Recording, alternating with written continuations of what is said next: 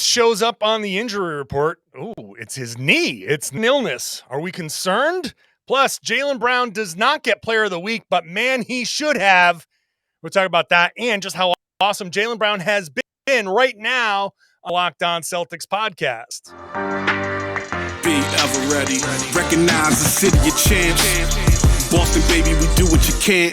Locked on number 18, Tatum and Brown, J-team, step back. We gon' wet that and slay teams. Of course, the Celtics, who else could it be? Screaming like KG with the Larry O.B. Karalis above average, assessing the team status. Best daily pod, no cap, salary matching. Clutch like Bird the DJ, keep John on replay. Prime time, dapping up the truth on the sideline. Raining J's, how it started, raising banners, how we finished. Locked on Celtics pod, home of the winners. B.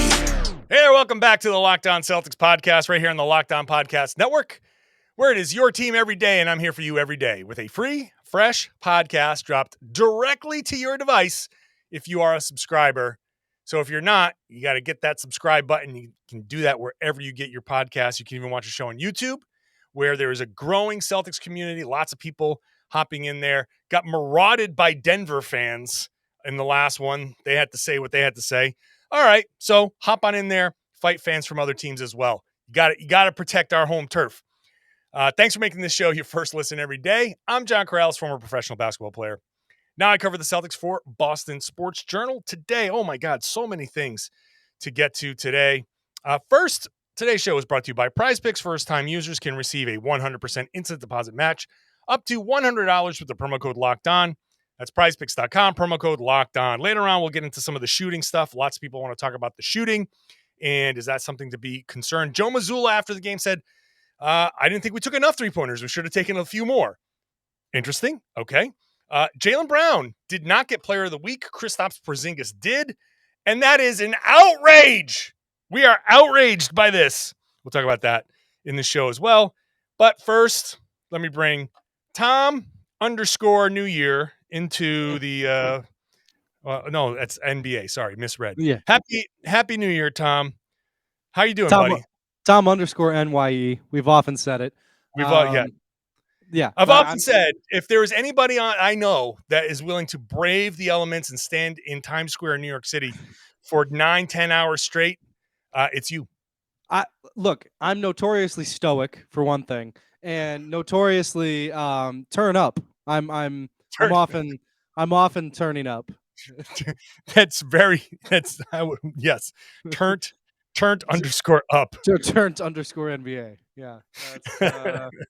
That is me. I'm good. I was, you know what? No, I don't want to start a beef. I was going to say something about, Nuggets adjacent.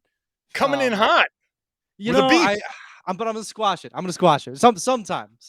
Maybe in the finals. If we get a finals matchup, I've got some takes that I'll fire off. But a little warning for the Nuggets fans, which goes very well with Jaylen Brown's warning. Yeah. Jaylen Brown after the game, I love the little thing. He's like, because he was talking about Bones Highland, the little scrap that they got into. Not scrap, but he was like, it's, blah, blah, blah. We don't play them again, which is good for them. And I was like, oh, okay. And JV's just throwing a little dagger out there. Yeah, on the court, on the court, I kind of am. I do think that like the Nuggets. I mean, we'll get into it with the shooting stuff, but I do think the Nuggets got a little, not lucky. I mean, they're really good. I was going to say lucky. You're going to say lucky. Jokic is. I mean, honestly, yes, like Jokic is unstoppable, but I do think they got a little lucky because I don't think the Celtics. I think it was a shooting variance game. So sure, and I thought the Celtics made. One of the things that I wrote down in my notes rewatching the game is, I got into the whole double teaming and stuff yesterday in the podcast. I look back on it, I'm like, that wasn't a coaching decision. On one of them, Jaylen Brown went for a steal, and that was the first Bruce Brown three-pointer that was wide open. Jaylen tried to make a play. He whiffed on the steal, wide open shot. The other one was a scram switch where Derek White kind of just got hung up on Jokic and didn't get out to Bruce Brown. Right. And the other one, Al Horford came over because Jayson Tatum was stuck on the baseline, and Jokic just had to spin for an open layup. So he just kind of came to help in general because it was going to leave the rim wide open if he didn't. None of those were coaching decisions. So the Celtics made decisions defensively, decisions offensively that I think under more, let's call them focused circumstances, that they don't make a lot of those decisions. So, hey, congratulations to the Nuggets for getting the win. Congratulations to Bones Highland for having that wild game. Is Jordan Crawford related to Bones Highland at all? Because I feel like there's a little, I'm not going to make but there is certainly a sprinkling of Jamal Crawford flavoring on top of Bones Highland game. Jamal Crawford? Is that Jordan Crawford? Or did you mean Jordan Clarkson? You said 3. Jordan Crawford. Sorry, Jordan Crawford. Okay, Jordan Crawford, not the good Crawford. The guy who played for the Celtics that was kind of like tweaking. Yeah. Well, like for one, Jordan Crawford was the best point guard that the Celtics have had in the last 10 years. Number 2, former player of the week, Jordan Crawford. My apologies for Jamal and all these other ones. I loved him. I will always love him. I thought he was so much fun. Bones Highland, I like him. I think he's gonna be a good player. I mean, he's young and exciting and brash, and I don't know. I love guys like that. I love guys who just kind of are a little too confident for where they're at. Like, that's a great way to put it. I like little too confident. And you know what? Like, a lot of times you grow into that, right? Like, you kind of like almost like talk yourself. Like, anyway, I angered Celtics fans in the first time when the Nuggets came to Boston, because I said, "Oh man, like, everybody's gonna miss out on seeing Bones Highland," and then Celtics fans were like, "Well, that's okay. I just want to see a win." And I was like, "Man, I wanted to see Bones," and then. And now, yesterday, Bones showed up and the Celtics lost. So maybe everybody was right to be mad at me. I don't know. Yeah. But plus his nickname is Bones. What a great name, Bones Highland. Bones Highland. It's perfect. Yeah. Anyway, he's fun. But yeah, I mean, look, like I think it, like you said, in a more focused setting, I think the Celtics probably exploit Jokic's defense a lot more. A lot more. The Nuggets have, I mean, Michael Porter Jr. They like anytime those two guys are in the game together, the Nuggets have 2 targets on the floor. Like, that's not. They could have found better ways to do that. They had chances to win. I'll say this: the Celtics, effort-wise, they were there. The effort wasn't lacking. No, the effort was there. The shots were fine. Effort. The shots were mostly fine. I think there were a few that could have been, good shots to great shots for sure. I think Jayson Tatum missed a few passes that he normally would make. But I'm not looking at that game. Too, actually. Marcus Smart Smart had a bad game. He missed some passes. Sure. Yeah. I look at that game and I think the effort was there. The execution was not. The decision making was not. Rough one. It was just a rough game. That happens. I'm willing to say off night for the Celtics. Nothing that I'm mostly concerned about. Now, am I concerned about Robert Williams coming out of that game listed as questionable on the injury report with knee injury management? They didn't even do the non-COVID illness thing. They didn't even say, when you first saw that on the injury report, what was your first reaction?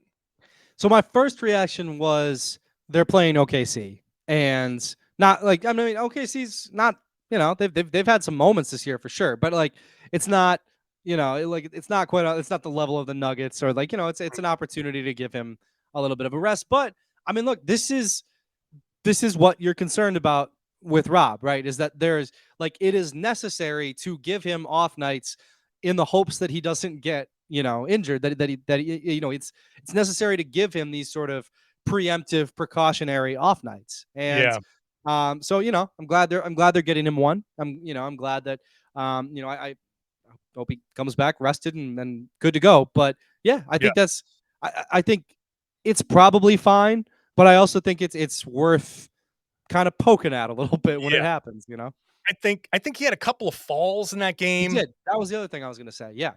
He had a couple of falls where you're just like, okay, he came out of it. My feeling is he took a couple of falls. Let's see how he feels on this game day. And if he was sore after the Denver game, then he gets to OKC. He's like, no, just a one-day thing. I feel fine. Then they'll say he'll play. If there's still some soreness, then he won't play, and they'll see how it goes. That's my feeling. My feeling is there's probably a little bit of soreness in there that he's he's alerted them to, and they're going to say, okay, let's see how it does on game day. So, yeah, that's where I am. So minor concern. Now, Tom, it's time to get outraged. It's time to get pissed off. It's time to get irrationally upset over an in-season weekly award. Jaylen Brown passed over for Player of the Week. How dare they? We're going to talk about that in just a minute. I mean, seriously, how dare they? First, today's show is brought to you by PrizePicks Daily Fantasy. Super easy, super fun. I've had people come up to me at the Garden talking about, I love that you told me about PrizePicks because it's not the typical daily fantasy game where you're going up against people with a bunch of computers and people trying to make money and make this their living. You're trying to have some fun. All you got to do is pick 2 to 6 players and see how they're going to do against the PrizePicks projections. Not against me, not against anybody else. You can win up to 25 times your money on any entry. You go and you say, hey, I'm going to pick the Jayson Tatum, whatever, it's 28 points. I'm going to say he's going to score more than that. Pick that. If you get that, then that's a correct pick. You're not competing against other people, and you're not competing just in the NBA. If you don't want, you can go to the NFL. You can go into the NHL. Whatever you want. Major pro sports, major college sports. You can go into NASCAR. You can go into boxing. You can go into... I got people listening from around the world. Maybe you're a cricket fan. You can do this all in 60 seconds or less. So from the time I started talking to the time I shut up about PrizePicks, you could be done making your entries. Safe and fast withdrawals, operational in 30 states and Canada. So download the PrizePicks app or go to prizepicks.com to sign up and play daily fantasy sports. First-time users can get a 100% instant deposit match up to $100 with the promo code LOCKEDON. So if you deposit $100, PrizePicks will give you $100. If you deposit $50, PrizePicks will give you $50. Don't forget to enter the promo code LOCKEDON at sign up for an instant deposit match of up to $100. Thanks for making Locked On Celtics your first listen every day. You can head on over to Locked On Sports today for your second listen when you're done with this show, because it's going to give you everything you need to know about all the major stories in the world of sports with the local hosts, with the local experts. You're not going to get that type of podcast anywhere else, and it's only like 22 minutes. So you want to sound smart at work? Listen to this podcast on your way after you're done with Locked On Celtics. Let's bring Tom Westerholm back in. Tom, Player of the Week was announced on Monday, and congratulations to Luka Doncic, who should have won. They should have just given him both East and West. You're so good, you're just the NBA Player of the Week. Dude averaged 49 points a game. He averaged a triple-double, 48.7, 13 rebounds, 10.7 assists. Oh my God, Luka. All right? No one is arguing that.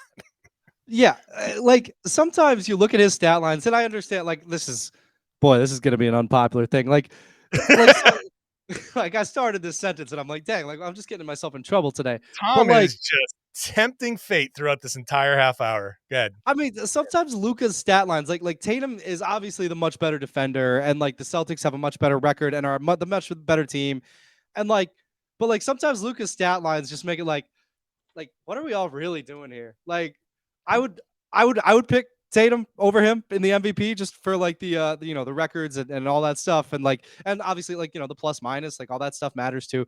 But just does this read as fire on the YouTube page? Does this read as fire? Yeah. Tom's hot take. That does look like fire. And it's not a hot take. It's just like sometimes you see Luka's stat lines. You see his stat lines, and you're like, man, boy, it's hard to make a case again. Let me tell you something. Luka is special. I've taken a lot of crap over the course of my writing career. During the course of Tatum and Luka's career, I've put Tatum and Luka together, comparing those two together, because I think Luka is the epitome of this dude just has it. He came into the league having it. You could tell right away, damn, this dude is special.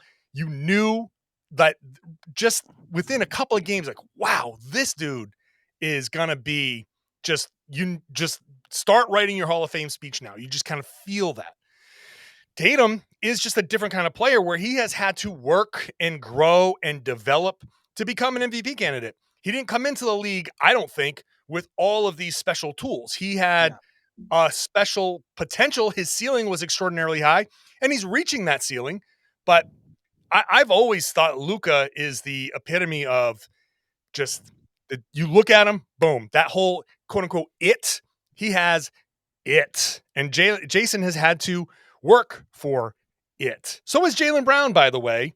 Yeah. And Jaylen has made incredible strides over the course of his career. He has grown to places that I personally have, I'll admit, never saw it coming. Never, and I've said on this podcast before, Jaylen has actually made me reevaluate how I consider players' potential, because I've stopped.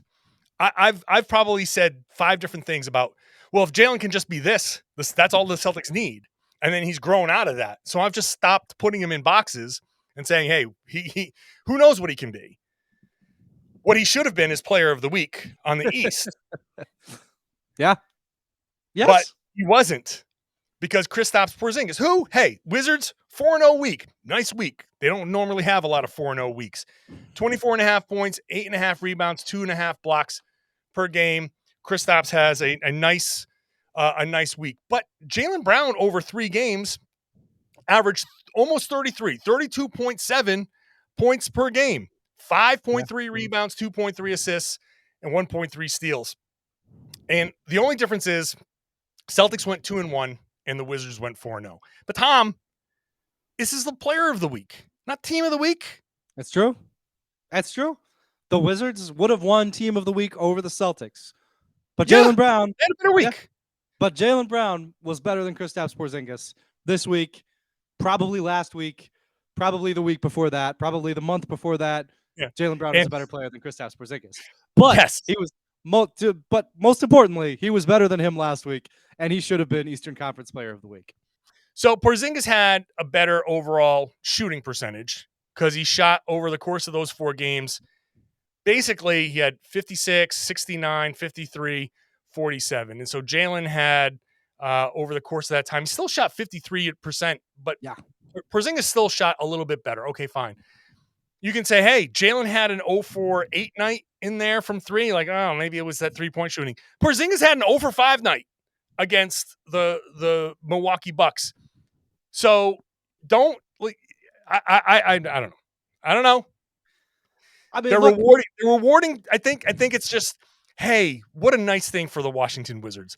This is the only thing they're going to win. So right.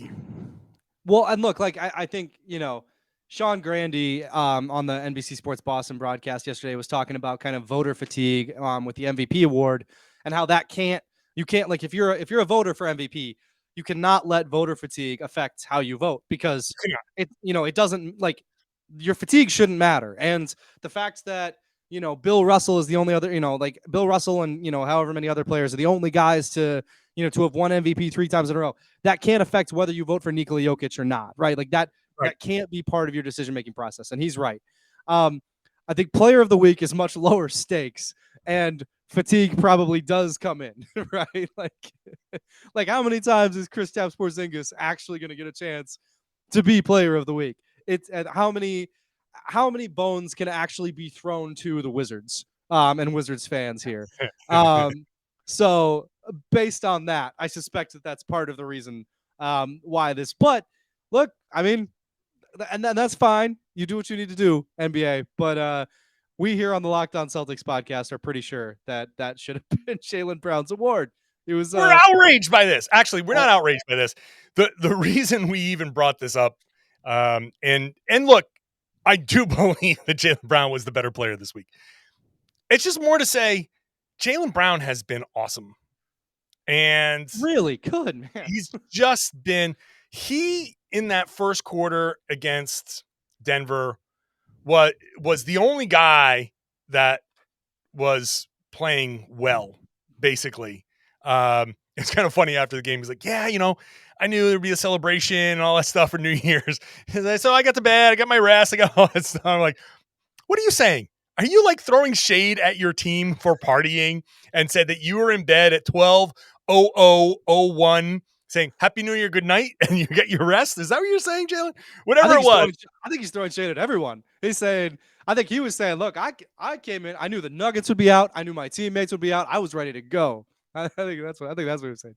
That was nice. That was nice, though. It was fun. He had a great game. He had a great game. He did. I mean, to your point about like watching Jaylen develop, right? I think so. I was really high on him coming in. Like, you can go back. Like I've done it a couple times. Retweeted myself from his draft night. Like I was pretty sure that he was going to be a really, really good player. And the fascinating thing to me about what he's done is like I thought he was going to be kind of this like really downhill threat, right? Because he came into the league. He was already had kind of an NBA body. He was such a freak athlete, just getting around the rim, all that stuff.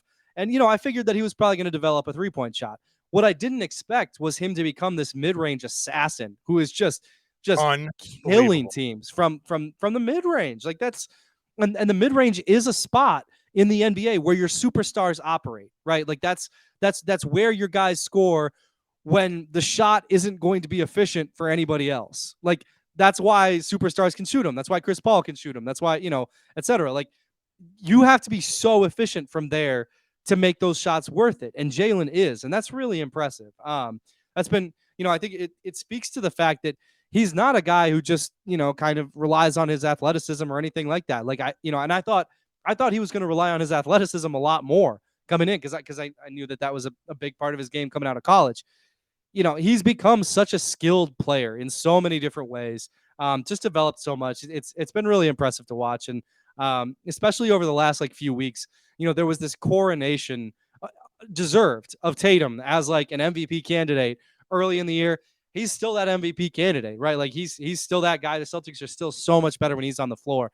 But it's just been very interesting and cool to watch Jaylen be this, superstar player for like a month now. Like he's been awesome for a while. Like this is not, like over the last 5 games he's averaged like 32 points, but it's gone on a lot longer than that. He's just kind of been on just another kind of another tier from where he started the season even. Mm-hmm. Mm-hmm. We'll continue the conversation here with Jaylen Brown and all of that. You mentioned Jayson Tatum as the MVP candidate. He is, according to BetOnline, 3rd now behind Luka Doncic and Nikola Jokic. As of right now, Luka's number 1, Nikola Jokic number 2, Jayson Tatum number 3, followed by Giannis and Kevin Durant. Jayson Tatum 7-2 odds. So Luka's 5-2, Jokic is 13-4.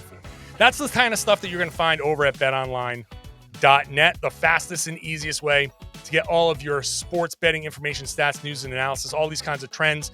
Yeah, college bowl season is going on right now. Shout out to Tulane, my guy Jake Madison, host of Locked On Pelicans, Tulane grad, Tulane employee, celebrating like crazy right now. Head on over to the website. They've got podcasts. They've got everything. They've got all of these odds out. Joe Mazzulla, still a favorite right now for Coach of the Year. And 6th man of the year, Malcolm Brogdon 3rd, even though he's kind of slumping right now. Russell Westbrook right now, the favorite, Jordan Poole, and then Malcolm Brogdon. So all that stuff is over at betonline.net. You can check it out. Use your mobile device if you want to get there.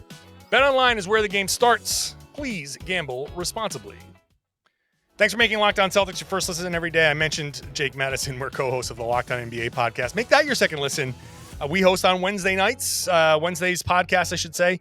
So check that out. Wherever you get your podcast, you can watch us on YouTube, just like you watch this show.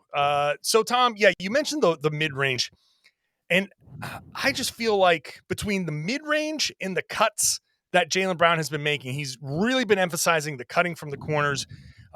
He and Marcus Smart, I mentioned this the other day, that alone, the cuts on drives down the middle, because that naturally, whenever the ball hits the paint from the top, everybody just naturally, their eyes go to that, and it leaves for at least a second backdoor cuts available. If Jaylen's going to keep taking those, he's going to get a couple of buckets a game off of that. If he's a pull-up threat the way he is a pull-up threat right now, he's going to get a few buckets just off of that. That alone is going to propel him higher than I even thought that he could go this year. Once again, Jaylen Brown going beyond what I thought he could be. It is impressive. It's impressive that he's taking those shots. I disagree with Joe Mazzulla saying that they should have taken more 3-pointers.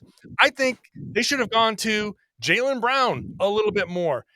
Or even if they did take a few more 3-pointers, it should have been Jaylen Brown who took them, because he was 4 of 8 from 3 in this game. In a game where they shot 9 of 33, he was 4 of 8. So that makes what everybody else 5 of 25. Is that right? Did I get that right? All right. Good for me. The advances that Jaylen has made, and granted, he'll have his off nights. He's had his off nights. We go back. He did have the 0 for 8 against the Clippers. He had a 1 for 5 against Indiana, 2 for 10 against Orlando, combined 6 for 20 against Orlando in those 2 games. So that, he's prone to the bad stretches. He's notoriously, I shouldn't say notoriously, but he like Tatum has started slow from 3 to start the season. But he's a guy that you can go to get you the buckets. And in a game like the one against the Nuggets, when Tatum is searching for his offense, it would just be better for Tatum to say, hey, instead of pulling up for 3 here, he had one play in particular in the first quarter where he decided he had Jokic in front of him and Jaylen in the corner. And the shot on Jokic, it was a good shot. It was an open shot. But one pass to Jaylen in the corner threes are better than above the break threes. And that's Jaylen Brown over there. Make that pass. And I think it would be great for Tatum to show even more faith. Not that he doesn't have faith in Jaylen, but more faith. Just say, hey, you know what? I'm not going to search for my offense here. I'm going to let JB, who is hot right now, you keep taking those shots. I'll find my offense later. Yeah, I'm curious, how, not Jaylen specifically, but how the Celtics cold stretch has affected, kind of the way that Tatum plays. Like if he kind of sees, just kind of that balance of, kind of trusting everybody, right? And trusting your 3-point shooters and getting yourself going, where he sees himself in kind of that chicken and the egg, right? Like if he feels like he needs to get himself going to kind of get that defense to pull in and leave the shooters more open. If he feels like that's, kind of the problem with the shooters, or if the problem is that the ball needs to move a little bit more so that, people need to trust the shooters even when they're missing. I wonder how difficult that balance is for him to walk in, and for Jaylen too, right? As those are the guys who, are doing a lot of the slashing, but also need to look for their offense to an extent. I wonder how difficult that line is to kind of tightrope. Yeah, I think for Jayson, I for sure saw, in my opinion, Jayson Tatum searching for his offense in this game, and just taking some shots where, and this is the type of shot that drives me nuts with the Celtics. It has for a few years. It's the good shot. It's the good shot that you can argue is a good shot, but is very clearly a shot that you can pass up and get later in the possession. And I will butt heads with people who will say, this is a good shot and you need to take good shots. And I'd say, fine. But you also in the same breath say, we need to go for good to great shots. And Tatum, the lesson that I feel like he's so close to learning is you don't have to search for your offense when you're Jayson Tatum. You don't have to go looking for that 3-point shot. You don't have to float out the test balloons to say, do I have it tonight or don't I? Just let it happen. Let the game come to you. Play within yourself, all of those basketball cliches. Because on that possession that I was talking about earlier, Jaylen Brown is hot. He's alone in the corner. I know that Jayson Tatum is an MVP candidate, and him taking that shot is, in a microcosm, no real issue taking that shot.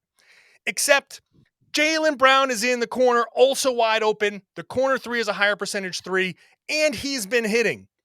So at some point, you got to be like, oh, boom, I'll get the next one. Don't worry about it. It's a 48-minute game, and the ball's going to be in Jayson Tatum's hand. And I have a usage of 33, 34, wherever he's at, yeah. So the next shot is going to be there. And the shot after that is going to be there. You can pass them up. And hey, if there's a game where Jayson Tatum takes 12 shots and Jaylen Brown takes 30 because he's just got it going, who cares? Who cares? Because you know what's going to happen? The reverse will happen, and Tatum's going to go off and drop 40-something in a game, and it'll all average out, and it's not going to drop him from 31 points per game to 23 points per game and take him out of the MVP race. I just want, and it works both sides. I've seen Jaylen Brown look for his offense too, but in this particular instance, it's Jayson that's been doing that. I just want to see the trust go to 100%. And I don't know if that's the right phrasing, because I do know obviously that Jayson Tatum trusts Jaylen Brown 100%, but I want him to trust him to the level of, it's early in the game. I've missed a couple of threes. This is an open one. I feel like I want to get my rhythm going, but there's an opportunity I can't pass up. And just the game, I talked about this after a podcast recently. The game will tell you what it needs, and that game needed that extra pass. For sure. And look, I think, we touched on kind of the shooting variance too, right? And like, I think that I really do think that plays a role. Like, I think that, like, 100%. As the team is missing shots, it's just like, I think both the guys, but I think Tatum in particular, because, I think he feels the responsibility of being the team star. I think he does kind of get into that habit a little bit of like, okay, if I get myself going, that's going to help everybody else. That's going to make everybody else get going. That's going to, and he's not wrong, like, it's very important. But I do think that, like, the way the Celtics were playing early in the season, you talk about that 100% trust. That's what that was. Like, we saw a good month of 100% trust, and they were demolishing everyone when they were showing that. So, yeah, I mean, look, I think if you're the Celtics trying to get back to that point, that's a very worthwhile goal. That's the thing that you should be trying to do for the rest of the season, is just get back to that. Like, yeah, just 100% trust. And look, that was what, you said, a minute ago on the ad read, Tatum's down to third on BetOnline. Like, Tatum's not going to be third in the MVP voting if 100% trust is established. Like, that he's not going to be third at that point. That's just what it is. Like, his case rests a lot on the Celtics winning a ton of games and being number one, because that's, we talked about Luka's, like, ridiculous stat lines. The big thing that Tatum has over him is team success. So as long as the Celtics are winning and Tatum is as instrumental to those wins as he generally is, it'll all. And he says this all the time, right? It's like you win games and everything kind of works out the way it's supposed to. That's it. That's it. That's how it's.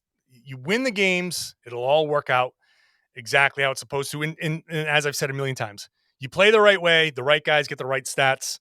People are probably sick of hearing me say that, but that's 100% true. You play the right way, guys get open, all of that stuff. Like, Tatum and Jaylen are good enough that if the Celtics win games, they will, like, the players around them are good too, right? Like, there's a lot of good role players on the Celtics, but those two stars are good enough that if the Celtics win a lot of games, they will be given the accolades that they should receive. Like, that's they've reached that level. Nobody's going to be like, but they had Smart, Horford.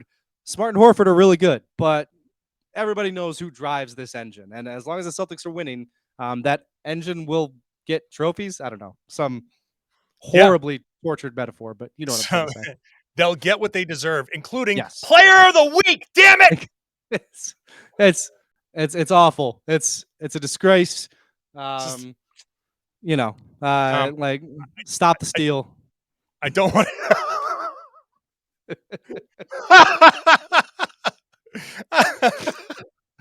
All right, I'm going to end it there.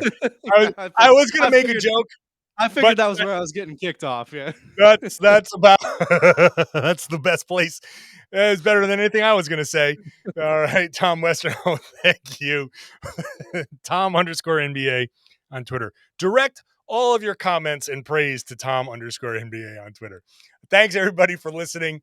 and for watching. I hope if you're still listening and watching and you're new to the show, that you love it enough to subscribe. And you can do that wherever. I'm so discombobulated. You can do that wherever you get your podcast. You can even watch the show on YouTube. Plenty of fun in the comments on the YouTube page. So hop on in there, and every once in a while, other teams' fans flood the YouTube page. So come on in, defend your team there as well. Be back tomorrow post OKC. Hopefully the Celtics are getting back on track. So subscribe, and you'll find out my opinion on whatever happens. If you are subscribed, tell your friends, tell your family, tell everybody they should be listening to and watching the Locked On Celtics podcast right here on the Locked On Podcast Network.